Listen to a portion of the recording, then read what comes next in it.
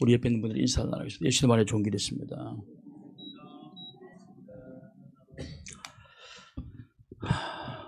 할렐루야. 2023년도 마지막 날이 또 공교롭게도 주일입니다. 오늘이 지나가게 되면 2024년도가 되겠죠. 2023년도 좋지 못한 사건들, 상처받았던 일들이 있으면 오늘 시간 다 잊어버리고 2024년도를 준비하는, 이루고 싶은 어떤 표대를 정하는, 오늘 집에 돌아가면 나는 24년도를 어떻게 살 것인가 하는 것을 한번 생각해 보는 그런 시간이 되었으면 합니다. 오늘 본문에 보면 뒤에 있는 것은 잊어버리고 앞에 있는 것을 잡기 위하여 달려가자, 그런 말씀이 나옵니다. 지나간 것은 다 잊어버리라 라는 것이죠. 어떻게 잊어져요? 할 수 없는 것을 하나님은 명령한 적은 없습니다. 다만 불순종할 뿐이죠. 하나님 잊으라 하면 얼마든지 잊을 수 있는 것입니다. 어떻게 잊어요? 라고 대적하면 자기만 손해인 것입니다. 뒤에 있는 것은 다 잊어버리고 이제는 앞에 것을 찾기 위해서 다른 박질 치자라는 것이죠. 새로운 계획을 세우고 그 계획을 이루기 위해서 다시 한번 새롭게 시작해보자라는 말씀입니다. 아인슈타인이 이런 말을 했습니다. 어제와 같은 행동을 하면서 내일의 다른 결과를 기대하는 것은 그는 정신병자의 초기 증상이다, 그런 말을 했습니다. 늘 이렇게 늘 새로운 일을 하지 않고 늘 같은 일을 하면서 내일은 좋아지겠지, 내일은 뭔가 엄청난 놀라운 일이 일어나겠지 라고 생각한다면 그것은 정신병의 초기 증상이다, 그런 정신병의 출발이다라는 것이죠. 내가 오늘 공부 안 하고 미래에 훌륭한 사람이 되겠다라는 것은 정신병의 시초다라는 거예요. 오늘 노력하지 아니하면서 미래에 행복하게 살겠다, 다 이것도 아인슈타인의 말에 의하면 정신병의 시작이다라는 것이죠. 여하튼 미래를 위해서 뭔가 노력하지 아니하면 노력하지 아니하면서 미래가 좋아지기를 기대한다고 한다면 그것은 정신병의 초기 증상이다라는 것입니다. 그러니까 뭔가 하셔야 돼요. 뭔가 시도하셔야 돼요. 여러분, 행복이라는 것도 제가 가만히 생각해 보아서 행복도 일종의 과정이면서도 목표이지 않습니까? 행복해지기를 원하는 것은 관역 또는 목표입니다. 우리가 사격하는 사람들이 그 관역을 맞추기 위해서 얼마나 집중을 합니까? 호흡도 중단합니다. 잠시 중단하고요. 왜? 그래야 관역을 답니다. 만약에 그때 호흡을 한다든지 바람이 분다든지 하면 관역을 맞출 수가 없죠. 바람까지 다 생각하면서 바람이 이렇게 부니 어떻게 쏘아야 되겠다까지 다 계산하면서 쏠 것 아닙니까? 그렇지 않으면 관역을 맞출 수가 없다라는 거예요. 여러분, 우리는 행복해지기를 원하는 사람들은 여러분, 제 경험으로는 제가 들어오면 가정은 절대 행복하지 못합니다. 작은 죄가 들어와도 사탄은 반드시 역사합니다. 여러분들이 어떤 작은 마음을 먹어도 좋지 않는 마음을 먹는 순간부터 사탄은 너무 좋아해요. 그때부터는 하나님은 반대로 성령님은 근심하기 시작합니다. 성령님은 근심합니다. 이거 왜 이러지? 근데 사탄은 조금만 마음만 먹어도 사탄은 역사. 그건 안 되면 가정에 반드시 문제가 발생되어지게 되어 있습니다. 왜냐하면 사탄은 그렇게 끌고 가는 것입니다. 사람을 예민하게 만들고, 그리고 작은 일에도 화나게 만들고, 그러니까 행복이 다 깨어져 버리는 거예요. 그래서 여러분, 절대 죄가 들어와서는 행복한 가정을 꾸리기 힘들다는 사실을 아셔야 돼요. 돈만 가지고 행복한 가정을 꾸릴 수가 없지 않습니까? 그럼 우리가 역사적으로 또 얼마든지 TV를 통해서, 뉴스를 통해서 얼마든지 보는 거예요. 그래서 행복을 만들기 위해서라도 아내도 남편도 여러분 정말 집중하셔야 돼. 다른 생각도 해서는 안 돼요.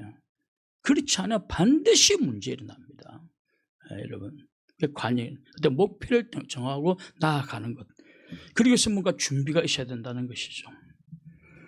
제가 오늘 제목을 미래를 위해서 준비하라라고 했지만 여러분 뭐 엄청난 것을 준비하라고 저는 말하고 싶지 않습니다. 왜냐하면 그것은 뭔지 모르기 때문에 그렇습니다. 엄청난 것은.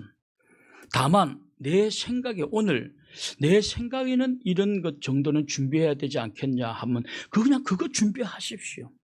그러면 하나님은 반드시 내 처지에 내 환경에 내 수준에 맞게끔 어떤 일을 준비하게 되면 하나님은 그 일을 반드시 축복하여 주실 줄로 믿습니다. 뭐 엄청난 걸 준비해. 당장 영어를 하고 독일어를 공부하고 경영학을 정복 그게 아니라는 거예요. 그냥 작은 것 하나. 내가 내일 올 한해 뭘 준비하지? 내가 할 수 있는 여건과 환경에 의해서 내가 할 수 있는 작은 것 하나 준비만 해도 하나님은 축복해 주신다라는 것이죠. 그러기 위해서는 사실 우리가 안 읽던 책도 좀 끄집어내어서 읽어야 됩니다. 하루에 여러분 진도를 빨리 나가려고 하지 마십시오. 진도를 빨리 나가는 건 아무 의미가 없습니다.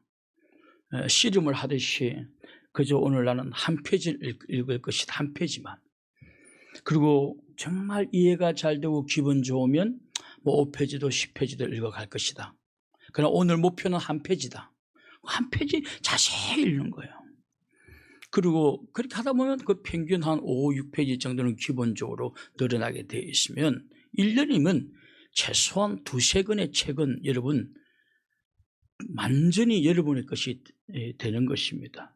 왜냐하면 워낙 세심하게 읽기 때문에 이렇게 떼고 나면 자기 발전이 주어지게 자기 발전이 주어지는 것입니다.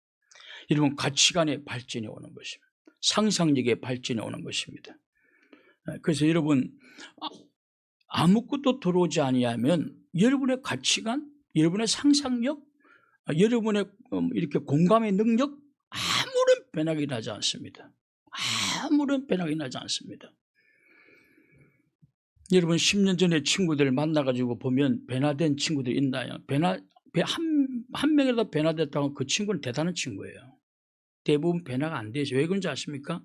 미래를 위해서 준비 안 하는 거예요. 준비하지 아니하면 아무것도 일어나지 않습니다. 세상에는 두 부류의 사람이 있다고 하죠. 한 부류는 미래를 준비하는 사람, 미래적 입장에서 보면 미래를 준비하는 사람이 있고 또 한 사람은 미래를 포기한 사람이 있습니다. 설마 미래를 포기한 사람이 있을까 하겠지만 여러분 자살하는 사람만 미래를 포기하는 사람이 아니에요. 어떤 사람이 미래를 포기하는 사람은 예를 들면 내일 시험인데 시험 공부를 하나도 안 한다고 한다면 그건 내일 시험을 포기한 사람이에요. 뭐 죽는 것만 사람이 포기한 것 아니에요. 내일 시험인데 시험 공부를 하나도 안 해요. 그러면 그는 시험을 포기한 사람이에요. 미래는 반드시 우리에게 다가옵니다. 근데 나는 미래에 대해서 아무것도 준비하지 않았다. 그럼 그는 사실은 미래를 포기한 사람이죠. 공부할 시간에 게임하고 실력을 쌓아야 할 시간에 친구들과 신나게 놀고 이런 사람은 미래를 위해서 준비하지 않는 사람이죠. 저는 지금 우리 모두도 저는 늦었다고 생각하지 않습니다. 지금이라도 뭔가 준비한다면 하나님은 반드시 기특하게 여기시고 우리를 축복하여 주실 줄로 믿습니다. 여러분 그냥 엄벙덤벙 살아왔는데 벌써 60, 70이 다 되어가고 있지 않습니까? 그냥 이대로 또 놓쳤으나 우리가 살아있는 이상 하나님 우리에게 기회를 주고 있다는 의미입니다. 그렇기 때문에 늘 우리는 기회가 있다는 거죠. 물론 미래를 포기한 사람들이 하는 이유도 있습니다. 뭐 이 나이에 내가 무슨 준비를 할 것인가, 이 나이에 뭐 그럴 수도 있을 것이고, 저는 환경이 좋지 못해서 미래를 준비할 수가 없습니다. 뭐 실제로 어떤 이는 나는 너무 가난한 가정에서 태어났습니다. 사실 근데 가난한 가정이요, 제가 살 때는 부자가 없었어요. 정말 제가 살 때는 초등학교 다닐 때, 중학교 다닐 때, 고등학교 다닐 때 부자가 없었어요. 고등학교 다닐 때 부자가 좀 눈에 보였어요. 정말 부자는 한두 명이었어요. 한두 명. 그냥 다 가난했어요. 다 가난했어요. 뭐 이렇게 사탕을 사 먹기 위해서는 뭐 걸어가야 돼. 이 용돈이 사탕 사 먹을 용돈을 엄마가 주질 않아요.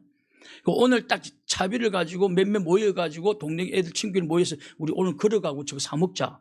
그러면 그냥 반대 한 명도 안 해요. 그냥. 그거 그냥 사 먹고 먹으면서 그냥 집에까지 걸어가는 거예요. 근데 지금 생각하니까 그게 동대문쯤 돼요. 그걸 망우동에서 그러니까 망우동에서 그거 하나 사 먹으면서 걸어가는 게 다 가난했단 말이죠. 지금 그래도 많았어요. 우리 집은 가난해요. 미래를 위해서 뭘 준비할 게 있겠어요? 가난함. 저는 어릴 때 부모로부터 물리적 폭력을 당했습니다. 나는 언어 폭력을 당했습니다. 뭐 이런 말을 하면서 나는 왜 그런 가정에서 태어났습니까? 왜 나는 그런 부모를 만났습니까? 라고 원망불평하면서 여러분 인생을 아무 계획을 세우지 않는다고 한다면 여러분들의 인생을 미래를 포기한 사람들이고 아무도 그런 사람을 이해해 줄 사람은 없습니다. 어느 누구도 여러분 정말 좋은 환경에서 좋은 인물이 난 것 없어요. 저는 오늘 아침에 새벽에 그냥 좀 빨리 잤더니 일어나니까 2시 반에 그냥 앉았어요. 그래서 이제 제가 여러 가지 좀 이제 진짜 일반 거짓 뉴스가 아니라 어떤 팩트로 된 자기 간증 같은 걸 제가 좀 이렇게 들어보았습니다. 어떤 사람들은 강남에서 청담동에서 술집을 하고 1년에 100억씩 버는 술집을 해보는 사람들. 근데 나는 정말 하나도 부럽지 않고 거기서 노는 사람들이 너무 무섭더라고요. 지옥 가기 뻔하니까요. 너무 한심스럽고 왜 저렇게 살까? 왜 저렇게 살까? 한 명이 이제 그 사장한테 그 기자한테 소개를 젊으신 분인데 여기 이렇게 근데 막 그냥 하룻밤 술값이 1,500만 원, 2천만 원씩 내고 먹는데 하룻밤 술값이 여러분 1년 연봉이 2, 3천만 원인데 그냥 하룻밤 술값이 하룻밤 1년 술값이 아니고 하룻밤 아직 감이 안 오시죠? 난 1,500만 원 다 썰락해도 못 쓸 것 같아요. 하루 종일 썰락해도. 근데 옆에 젊은 사람 보면 소개를 시켜주면서 그래서 젊으신 분인데 나이가 몇 살이세요? 난 24살이에요. 근데 이렇게 1%들만 오는 이곳에 와서 술을 드시냐고 했더니 이 친구요, 저 청담동 저 앞에 보이는 16층 건물이 얘 거예요. 안 놀래군요. 16층 건물 하니까 우리랑 실감이 안 나죠. 실감이 안 나요. 새만 아마 몇 억 나올 거예요.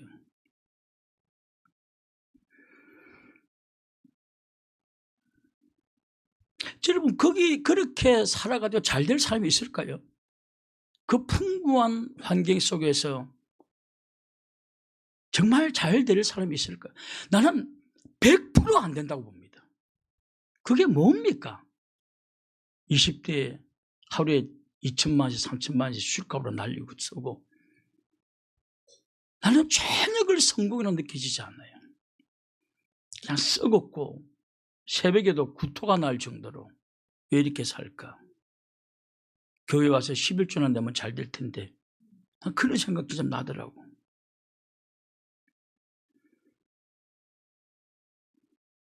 여러분 환경이 좋으면 미래를 위해 준비할 것 같습니까? 전혀 안 그렇습니다. 환경이 좋잖아요.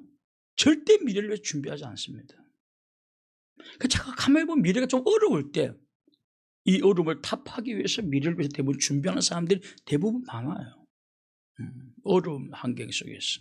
이번에 어떤 정치인이 그러더만 초생딸은 점점 보름달로 되어가지만 보름달은 점점 초생달로 나아가게 된다. 그러니까 원래 가난해서 시작해서 보름달이 되는 거예요. 그러니까 환경이 좋지 못했어요. 그런 말 하면 안 된다는 거예요. 사실은. 나는 만났는데 폭력적 부모를 만났어요. 여러분 폭력적 저희 어머니 아버지는 폭력적이진 아니었어요. 왜냐하면 교회에 성도였으니까. 그러니까 학교 가면요, 선생님은 폭력적이었습니다. 물리적 폭력, 언어적 폭력이었습니다. 그냥 출석 불어가지고요, 그냥 이렇게도 때리지 않습니다. 세워가지고 때려. 마치 고문 전문가처럼 어떻게 하면 아프게 할까?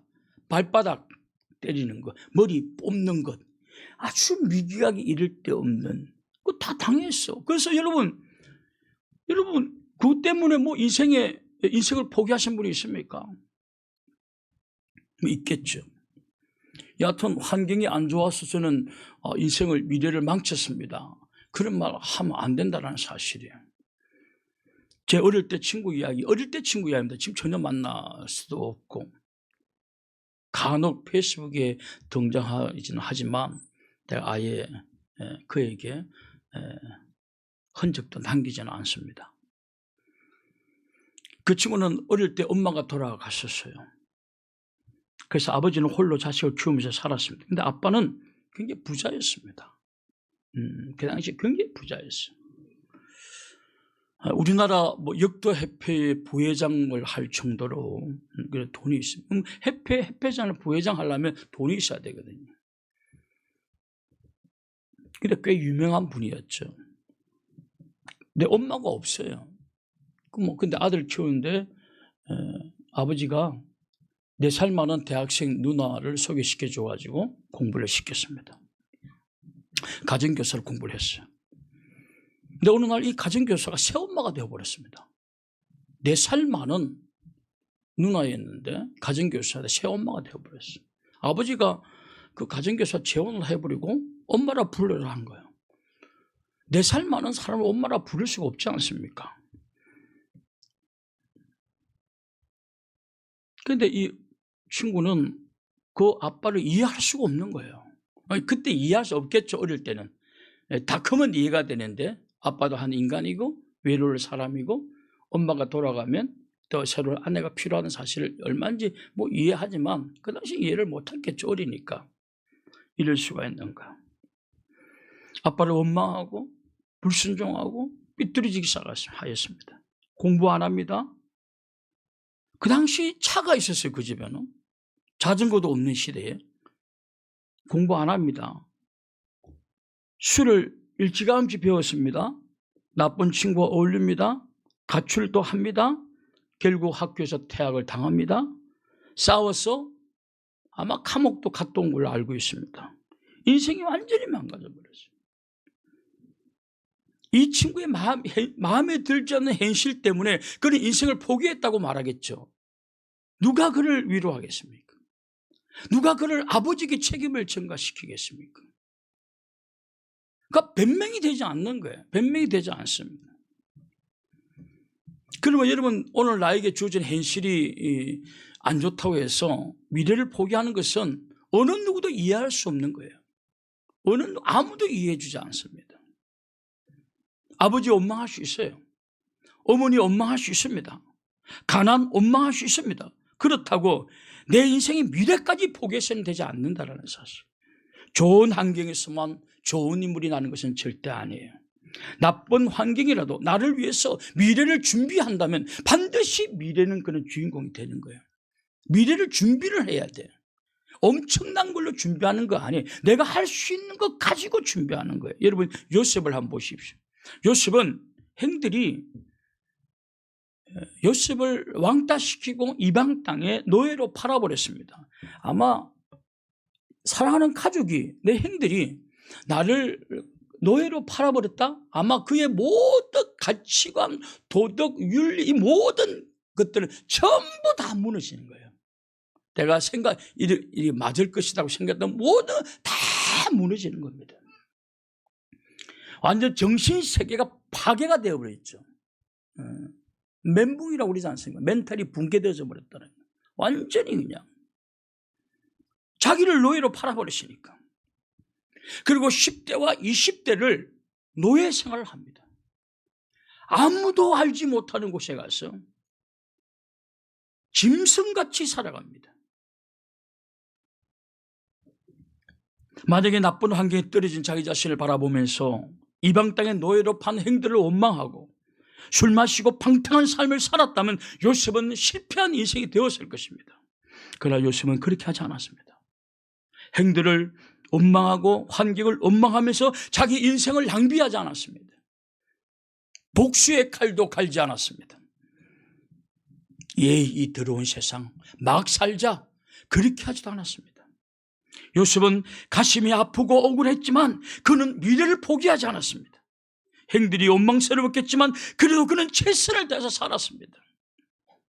그리고 하나님, 무엇보다도 하나님을 끝까지 섬겼습니다. 여러분의 우리의 신앙은 언제 진짜와 가짜가 드러나게 되느냐? 시험을 만나면 진짜와 가짜는 반드시 드러나는 것입니다. 바람이 불면 알곡과 가라지는 분리되듯이 시험을 만나면 반드시 거기서 분리되는 거예요. 욥과 욥의 아내가 분리되듯이. 그래서 여러분, 시험 이후의 신앙이 굉장히 중요한 거예요. 하나님 앞에 증명하셔야 돼요, 우리의 신앙이. 그래야 축복받게 되는 줄로 믿습니다. 그래 봤습니다.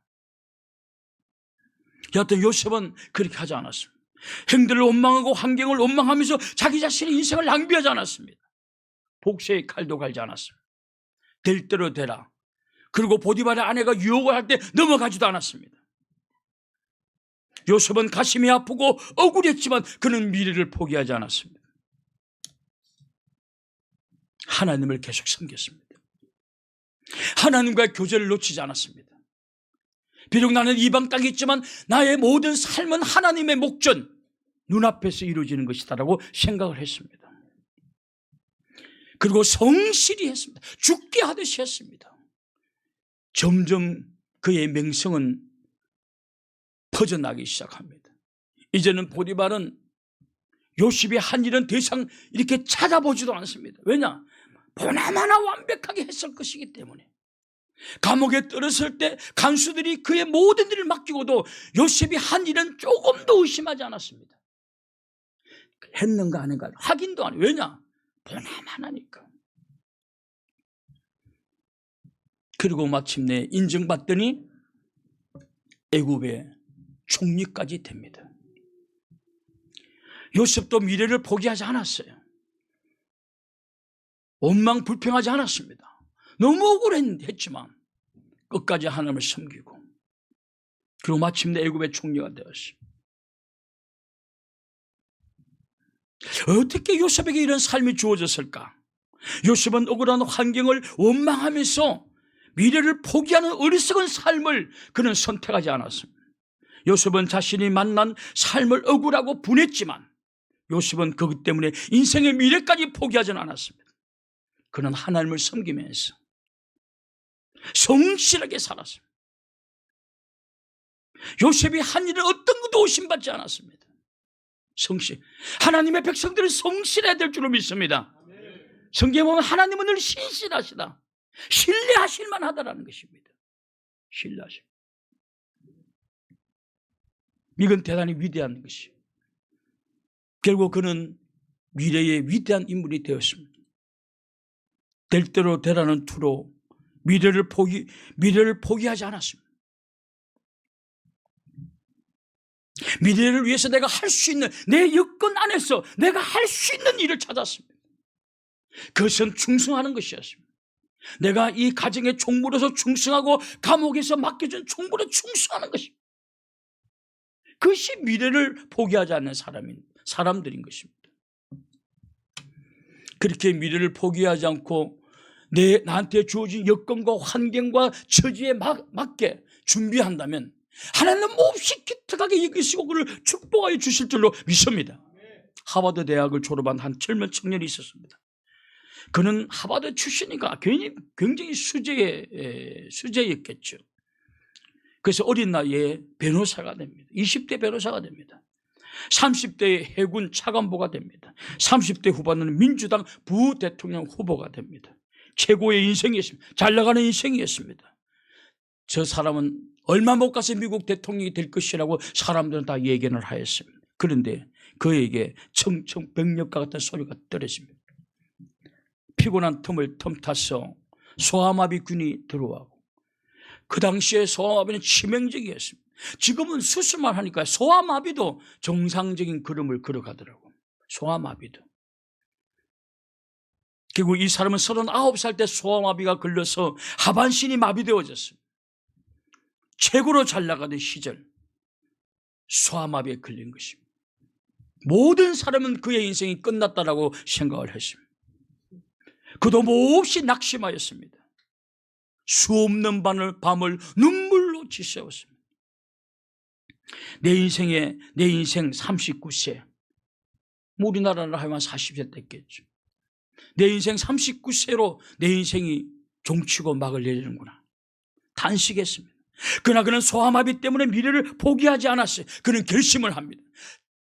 잠시 머물러서 고민하고 슬퍼하고 단식하다가 더 이상 나는 여기서 내 인생을 그만둘 수는 없어. 소아마비 때문에 내가 한쪽 다리를 이 하반신을 못 쓴다고 해서 내 인생까지 미래까지 포기할 수는 없다. 그는 휠체어를 타고 밑바닥 인생을 시작합니다.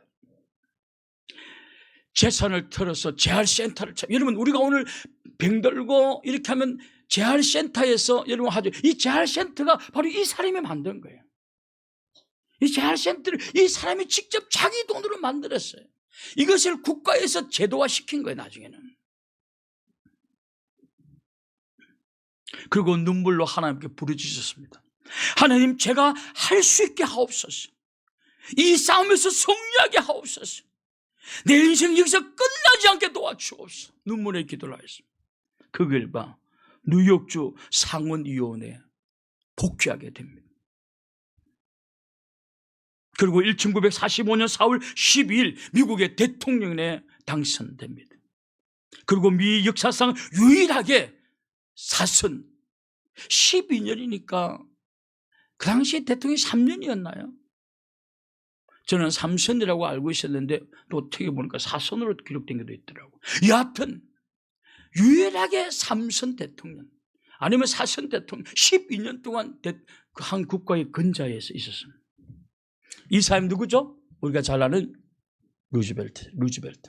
다리 쓰지 하반신을 쓰지 못하는 사람이었습니다. 그는 자신에게 찾아온 불행 때문에 인생의 미래를 포기해버리는 어리석은 행동을 하지 않아요. 우리는 뭔가 불행해지잖아요. 뭔가 우리가 문제가 생기잖아요. 어딘가는 하풀이할 장소를 찾습니다. 그게 국가든 그 하풀이할 곳이 없으면 그냥 어디 불이라도 쏴 질러버립니다. 우리의 어떤 문제가 발생되어지면은 하풀이할 곳 찾지 마십시오. 왜 내 불행을 다른 사람에게 하풀이의 통로로 삼으려고 하십니까? 하지 마십시오. 어리석은 짓이에요. 그 사람은 무슨 죄가 있습니까?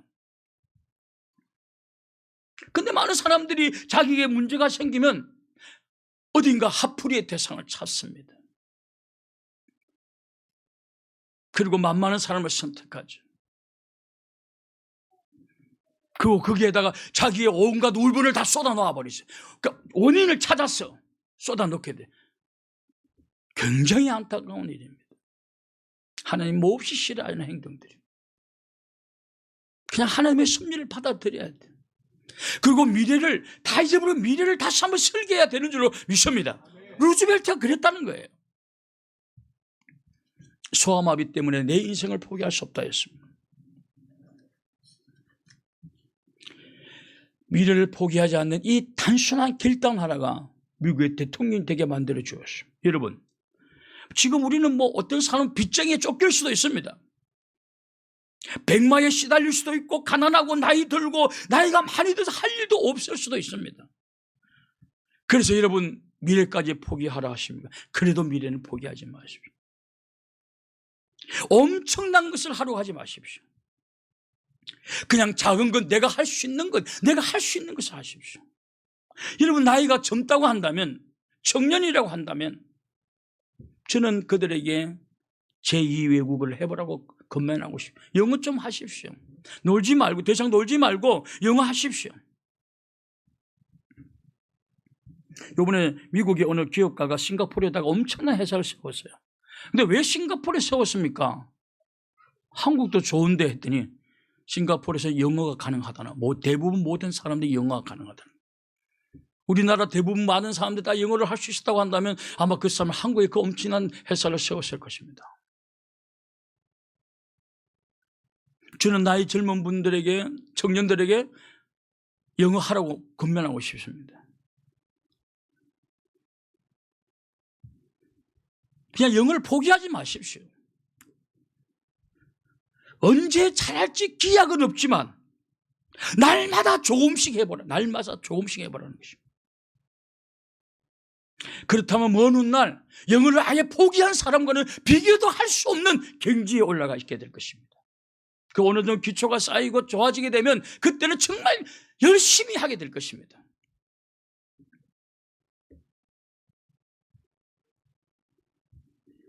저도 작년부터 조금씩 뭔가 하고 있습니다. 왜냐하면 미래를 위해서 준비해야 되기 때문에. 저도 나의 미래를 위해서 읽지 않고 있던 책을 끄집어내어서 짧게는 1페이지, 어떨 때는 10페이지. 왜냐면 난 매일 새벽 기도해야 되고 매일 설교해야 되기 때문에 큐티도 해야 되고 큐티에 댓글도 달아줘야 되고 상담도 해야 되고 해야 되기 때문에 저도 뭔가 미래를 위해서 엄청난 걸 준비할 수가 없어요. 그냥 시간 나는 대로 조금씩 그냥 하루라도 빼먹지는 말자 라는 정도예요. 그래서 어떤 거는 이렇게 지적지적 그냥 기록만 하는데도 벌써 노트 2장 가까이가 2권 가까이 되죠. 이 정도 노트에 2권 가까이 되죠. 복습이 필요하겠죠. 여러분, 내가 그냥 하는 거 그냥 잘하려고 하지도 말고 오늘 내가 할 수 있는 것 그냥 1페이지든 2페이지든 해 나가다 보면 그것이 여러분 1년이 되면 몇 페이지입니까? 1페이지만 해도 360몇 페이지. 2페이지 한 장만 했다고 하면 여러분 책 한 권을 그냥 돌파하는 것입니다. 그리고 그것이 2년 3년 된다고 해보십시오. 전혀 다른 실력자의 반열에 올라서게 될 것입니다. 물론 지금은 MZ세대라고 합니다. MZ세대. 2000년대 태어난 사람들 말을 하죠. 근데 얼마 전까지 그 모두를 X세대. 여러분 X세대 뜻이 뭘까요? 도저히 알 수가 없다는 거예요. 저들의 세대를. 저들이 뭘 하고 있는지 어떤 생각을 하고 있는지 도대체가 알 수가 없다는 거예요. 아주 스파이와 같이 살아간다는 거예요. 그래서 X세대 아닙니까? 젊은 세대가 X세대라. 여러분 그들의 세계를 이해합니까? 이해할 수 없어요. 전혀 다른 시대의 사람들이에요. 전혀 다른 시대의 사람들. 그것은 여러분 우리는 알 수 없는 시대라고 말하지만 그 무슨 의미예요? 완전히 변화된 세대가 내 가까이 왔다는 뜻입니다.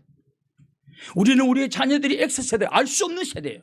그런데 그 세대가 지금 내 가까이 와 있다. 완전히 나중에 그들이 어른이 되는 순간 전혀 할 수 없는 문화, 내가 도저히 접근할 수도 없는, 이해할 수도 없는 문화 속에 우리는 구경꾼으로 전락하게 된다는 사실입니다. 그래 되면 그때는 직업도 완전히 달라집니다. 왜냐? 지금 자라나는 이 X세대, MZ세대들은 알 수 없는 세대예요. 그들에 대해서 여러분 안다고 생각하면 착각입니다. 그들은 이미 부모님의 세대는 한물간 세대고 신내나는 세대고 굉장히 생각이 너무 구리고 생각도 구리고 그 대화가 안 되기 때문에 말을 안 하는 거예요. 말은 그냥 엄마 아빠 나 고기 먹고 있어요. 고기나 사주시고요. 용돈이나 좀 주시고 이거지 대화가 안 되는 시대예요. 이게 무서운 시대입니다. 이런 시대가 이제 어른이 되게 되면 이 사회는 우리가 알 수 없는 사회가 전개되는 거예요. 직업도 전혀 다른 직업이에요. 우리들은 그 끼일 수도 없어요. 이해를 못했기 때문에 그들을 공부하지 않았기 때문에 끼일 수도 없는 시대는. 직업 완전 달라지고 직업도 달라지겠죠. 이제 여러분 나이 들면 경비하는 것 외에는 할 게 없어요. 경비하는 것 외에도. 난 이 경비도 점점 없어질 거예요. 이제 다 CCTV도 하니까요. CCTV를 하니까.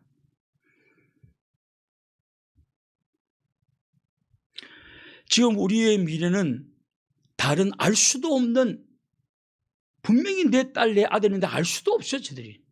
그들이 이 미래를 지배하고 다른 직업이 막 생겨나고 다른 세대가 되어지고 우리는 거기 끼어들 수도 없고. 그러면 여러분 미래를 놓고 답답하게 생각해야 됩니다. 정말 답답하게 생각해야 됩니다. 그래서 준비해야 된다는 거예요. 굉장히 준비해야 된다는 사실입니다. 다가올 미래를 생각하면서 보다 나은 나를 위해서 작은 것이라도 준비한다면 그는 미래는 성장된 자기 자신을 바라보게 될 것입니다. 대화를 해보면 그의 가치관을 알 수 있지 않습니까? 대화를 해보면 그의 수준을 알 수 있지 않습니까? 그게 머물러 있으면 안 됩니다. 머물러 있는 것은 여러분 그건 화석화돼 죽어가고 있다는 뜻입니다. 제가 하도 답답해서 AI에게 물어보았습니다. 요새 컴퓨터하면 다 AI다 하지 않아요. AI에게 물어보았어요. AI, 나에게 대답 좀 해줘. 미래에 뭘 준비하면 되니? 라고 물어보았습니다. 이 AI는 컴퓨터의 모든 정보를 자기가 다 정리해가지고 요약해 딱 알려주는 거니까요. 굉장히 중요하거든요. 미래에 뭘 준비하면 되겠니? 너 생각 좀 날 때 알려줘 라고 물어보았습니다. 그랬더니 4가지를 말해요. 첫째, 창의적이고 핵심적인 사고가 필요하다. 창의적이고 핵심적인 사고가 필요하다. 한마디로 새롭게, 여러분 완전히 새로운 세대가 돼야 돼.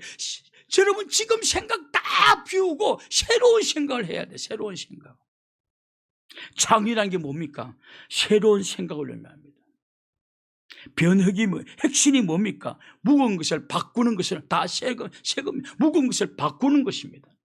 이제 앞으로 우리의 세대는 무거운 것은 아무것도 사용할 것이 없어요. 아무 사용할 게 없어요. 그래서 여러분 미래를 위해서 준비하는 사람들은 굉장히 창의적이고 핵심적인 그런 마인드, 그런 생각을 가져야 된다는 거예요.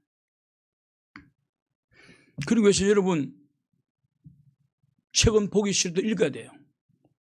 책을 읽기 싫으면 신문이라도 읽으셔야 돼요. 정주영 박사가 박정희 대통령 앞에서 워낙 물어보는 것마다 대답을 잘하길래 아니 당신은 대학도 안 나는 사람이 왜 이렇게 똑똑해요? 물어봤대. 저 신문대학 나왔습니다. 그래. 신문대학이 뭐예요? 저는 새벽 신문 다 읽습니다. 다 외웁니다. 세상을 다 그냥 한눈에 보는 거죠. 여러분 내가 새로워지려면 인풋 새로운 게 들어와야 돼요. 들어오면 이 구린내 나는 이 그저 오래된 고착화된 이게 나를 생각대 밀어내는 거예요. 그 새로운 가치관이 들어. 또 인풋하면 아웃풋이다. 근데 여러분 새로운 걸 받아들이지 않아요. 인풋하지 않습니다. 그럼 내 속에 있는 것을 아웃풋하지 않아요. 그냥 존재 끝 있는 거예요. 늘 그 타령이고 늘 그 가치관이고 늘 그런 거예요. 그러면 지루하기 이럴 데가 없는 거예요. 여러분 왜 자녀들이 부모 이야기 듣기 싫어하는 줄 아십니까? 왜냐하면 하나도 변화된 게 없어요. 그것을 초등학교 다닐 때 하던 잔소리나 대학 졸업하고 다닌 나이 한 똑같은 거예요. 왜냐? 왜 그렇습니까? 아버지가 인풋하지 않았어요. 새로운 걸 받아들이지 않았어요. 그러니까 아웃풋도 안 돼요. 나가는 것도 없어요. 그래 이 안에 있는 걸 자꾸 말하니 소통을 안 되고 짜증만 나고 아이들하고 다투기만 생겨나는 거죠. 여러분 뉴스라도 읽어야 됩니다. 정치적인 것만, 경제적인 것만, 뉴스를 다 읽으십시오. 뭔가 읽으셔야 됩니다. 이렇게 창의적이고 핵심적이지 않으면 미래를 살아남을 수 없다. 여러분 생각 다 바꾸라는 거예요. 그 AI가 두 번째 나한테 해주는 게 뭐냐면 자신이 속한 조직이나 사회에 대한 이해도를 높이래. 이해도. 내가 속한 사회, 내가 속해 있는 이 공동체 이해력을 높이라는 거예요. 제가 자주 말씀드리지 않습니까? 여러분 어느 일이든 교회든 직장이든 성진하고 인정받으려면 똑똑한 사람이라고 인정받으려면 유능한 사람을 인정받으려고 한다면 내가 속한 조직이나 내가 있는 공동체의 이해력을 높여야 된다. 업무 파악을 제대로 하라는 업무 파악. 내가 여기서 무엇을 해야 될 사람인지 업무 파악을 제대로 하셔야 된다는 것입니다. AI가 똑같이 말해요. 자신이 속한 조직이나 사회에 대한 이해도를 높이라. 세 번째가 있습니다. 그러니까 여러분 교회 생활 잘하려면 이 교회에 대한 이해력을 높여야 돼요. 그리고 오늘 내가 어떤 일에 내가 어떤 기관장으로 뽑혔다고 한다면 그걸 잘 하려면 기관장이 해야 될 일이 뭔가를 일단 업무 파악이 들어가야 돼. 뭘 해야 되는가를. 세 번째로 문제 해결의 능력을 키우라. 문제 해결의 능력을 키우라. 오늘 내가 만난 문제가 무엇인지를 파악하셔야 돼요. 오늘 여러분 세상이 더러워 이것만 하지 마십시오. 나한테 문제를 찾으십시오. 내 문제가 무엇인가? 왜 세상은 나를 찾지 않는가? 왜 세상은 나를 찾지 않는가? 왜 나는 이 세상의 잉여인간이 되었는가? 남들은 열심히 돌아가는데 나는 왜 이거 빠져나가 나머지 잉여인간이 되었는가? 자기 자신을 분석하라는 것입니다. 그래서 문제 해결을 찾으라는 것입니다. 근데 찾을 때 민첩하게 찾으라는 거예요. 여러분 요사이 최근에 세계에서 가장 많이 사용되고 그 유명해진 단어, 영어 단어가 하나 있습니다. 그게 뭔지 아십니까? 에즐러라는 단어입니다. 에즐러. 이게 뭐냐면 민첩함인 것입니다. 기민함. 당한다는 뜻이야. 잘못하면 당한다는 거예요. 민첩하자면 당한다. 이건 우리나라 사람들이 굉장히 이건 좋은 거예요. 우리나라 사람들은 서둘러 잘하지 않습니까? 지금 세계에서 이제 이것 받아들였어요. 한국이 200년, 300년 만에 이 정도 오르기도 힘든 걸 3, 40년 만에 이 정도 경제 붕을 일으킨 이유가 뭐냐라고 하는 거예요. 그 서둘러. 허리요. 빨리 하라는 거예요. 빨리. 근데 한국에서 찾은 것이 아니라 해보니까 민첩함이 너무 중요하다는 거예요. 너무 중요하다는 거예요. 민첩하게. 문제를 해결하고 민첩하게 고쳐나가야 돼요. 문제를 해결하고 내가 내 문제가 무엇인가를 빨리 깨달아야 돼요. 여러분 내 문제가 무엇인가를 깨달아야 돼요. 세상에 문제 있는 거 아니에요. 세상은 여전히 잘 돌아가고 내가 죽어도 잘 돌아가요. 왜 나는 튕겨져 나와 있는가? 왜 나는 잉여인간이 되어버렸는가? 나에게 문제를 찾아요. 저는 학교에서 왕따 문제예요. 여러분 학교 다니는 학생들이 왜 그런 짓을 해? 천년 만년 해도요 배는 안 됩니다. 배는 안 됩니다. 왕따 계속 시킬 것입니다. 하루 이틀 1년 2년 이 문제가 아니에요. 그렇다면 나는 왜 학교에서 왕따를 당하지? 자기 잘 분석에 들어가셔야 돼요. 내가 만만한 모양이다. 그래서 저는 혹시나 학교에서 왕따를 당하는 친구가 있으면 무조건 운동을 배우라고 말합니다. 무조건 운동 배워야 돼요. 때리기 위해서 배우는 것이 아니라 운동을 배우게 되면 무시 못해요. 절대 못합니다. 마지막 선상에 딱 가게 되면 남자들 세계 학교 생활을 무시 못하는 거예요. 그래서 저는 자기 자신을 분석하고 문제가 뭔가를 분석하고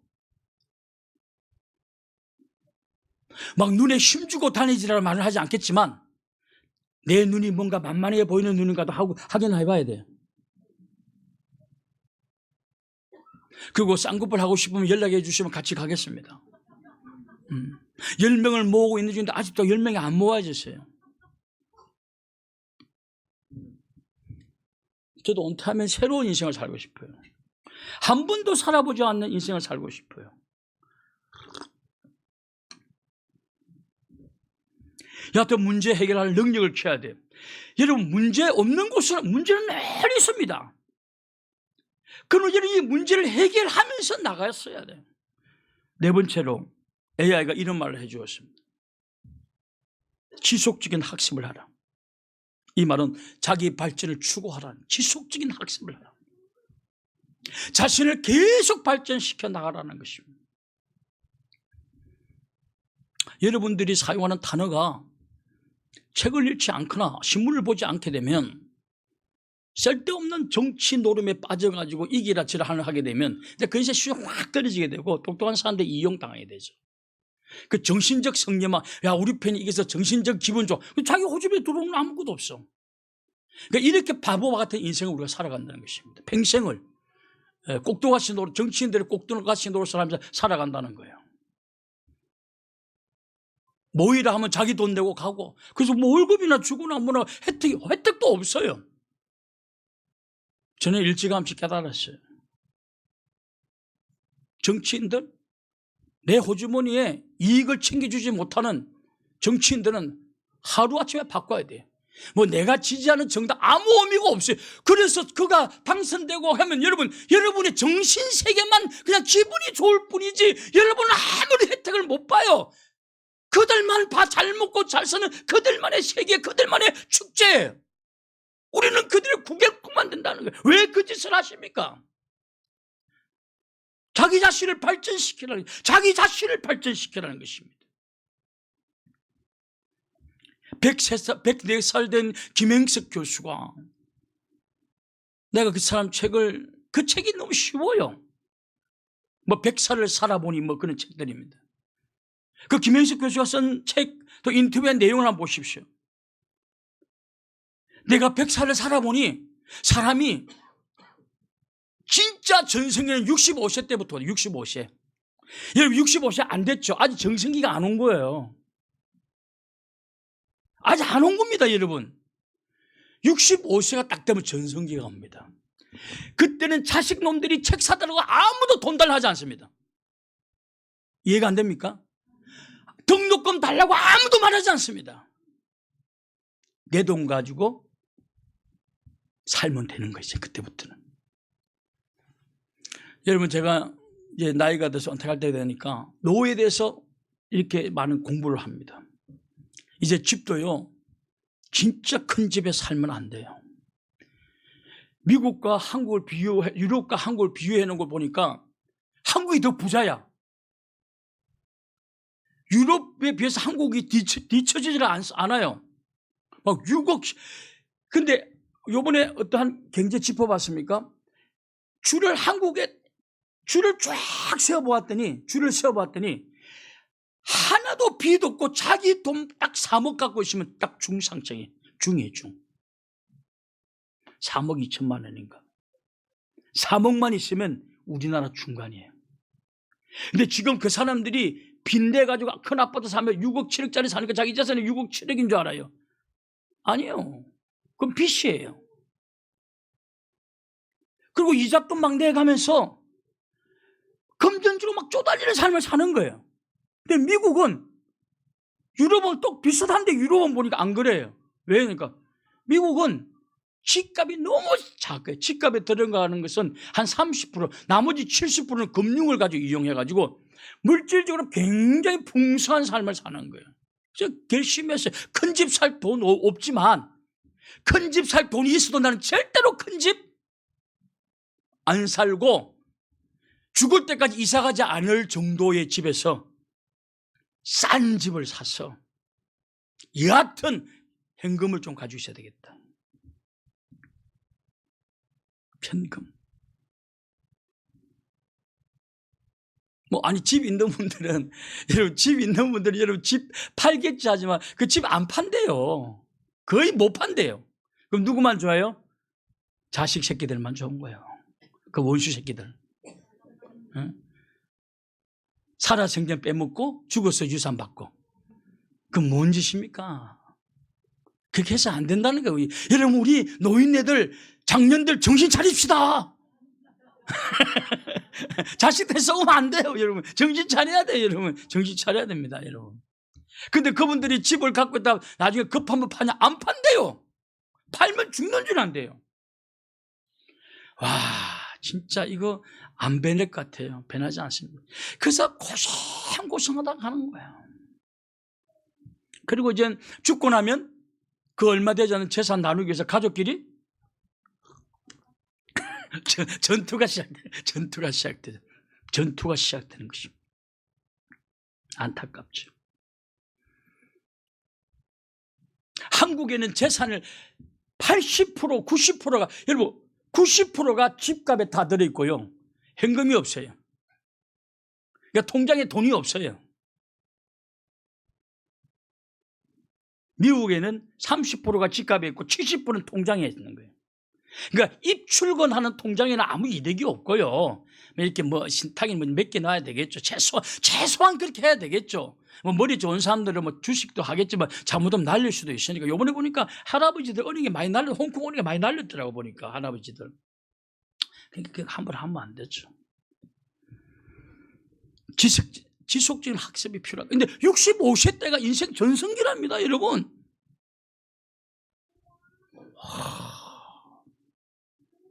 이제 우리 교회 계단 청소하신 분 많지 않습니까? 난 너무 직업 좋은 것 같아요. 요번에 코로나 때 거의 다 박살나지 않았습니까?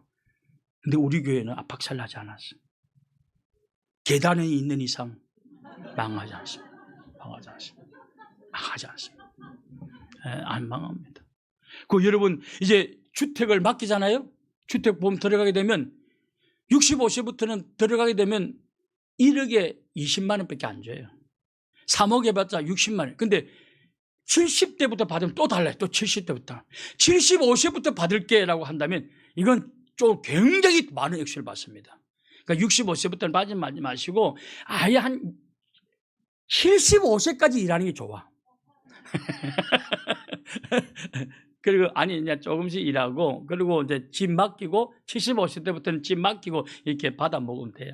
꼭 그런 연금도 받아 먹고 여러분 또 여러분 연금도 또 받아 먹고 받으면서 거기까지 주택 인가에 받아 먹고 자식 놈들한테는 한 푼도 안 주고 그냥 다 쓰고 가는 거야.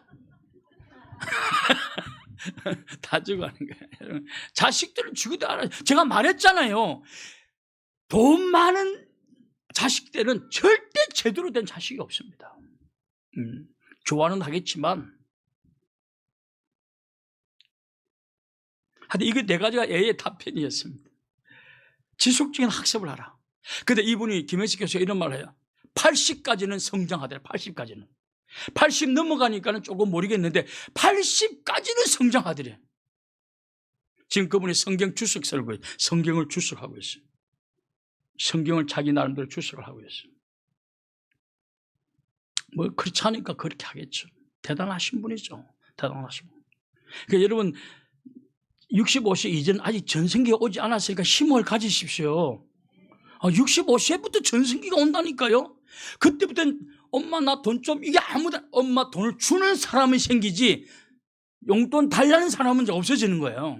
모든 원수는 사라지고 나의 도우는 나를 도와주는 사람은 생겨나기 시작하는 거. 내가 생기생. 그렇다고 해서 자식 너무 기댈 필요도 없고요. 여러분, 제가 오늘 여러분들에게는 이렇게 말하고 싶습니다. 미래를 위해서 준비하라는 것입니다. 여러분, 책 읽기 싫죠? 그러나 책 읽으십시오. 쉬운 책, 신문 읽으십시오. 진짜 그냥 읽으세요. 출첵하면서 좋은 단어 나오면 암기도 하고 하십시오. 여러분, 앞으로 다가오는 2024년도 아무런 계획 없이 시작하지 마시고, 그래서 23년도를 흘려보낸 것처럼 그냥 또 흘려보내지 마시고, 그러면서 2025년은 좋은 일이 생길 것이라고 착각한다면, 그런 기대를 한다면 그는 뭐라고 정신병의 초기 정상이라고 하지 않습니까? 그 24년도는 미래를 위해서 뭔가 준비하자는 것입니다. 그 2025년도가 오면 2026년을 위해서 또 준비하는 거예요. 그것이 여러분 미래를 대한 준비라는 거예요. 2024년도 아무런 계획 없이 시작하지 마시고 2024년도에는 나를 바꾸고 성장시키는 미래를 준비하는 한 해가 될 수 있기를 주님의 이름으로 축원합니다. 기도하겠습니다. 그러고 하신 하나님 아버지, 준비 없이 한 해 한 해를 그냥 살아봤습니다. 또 아무런 준비 없이 2024년도를 시작하려고 합니다. 하나님, 오늘 집에 돌아가서는 2024년도를 비록 약속을 지키지 못하고 목표에 도달하지 못해도 내가 2024년 어떻게 나의 미래를 준비해야 될 것인가? 건강은 어떻게 준비해야 되고 나의 지성은 어떻게 준비해야 될 것인가 하는 것을 한번 생각하게 하시고 계획을 세우게 하옵시고 미래를 준비하는 2024년도 될 수 있도록 두 손 들어 축복하여 주시옵소서. 예수님의 이름으로 기도를 올립니다. 아멘.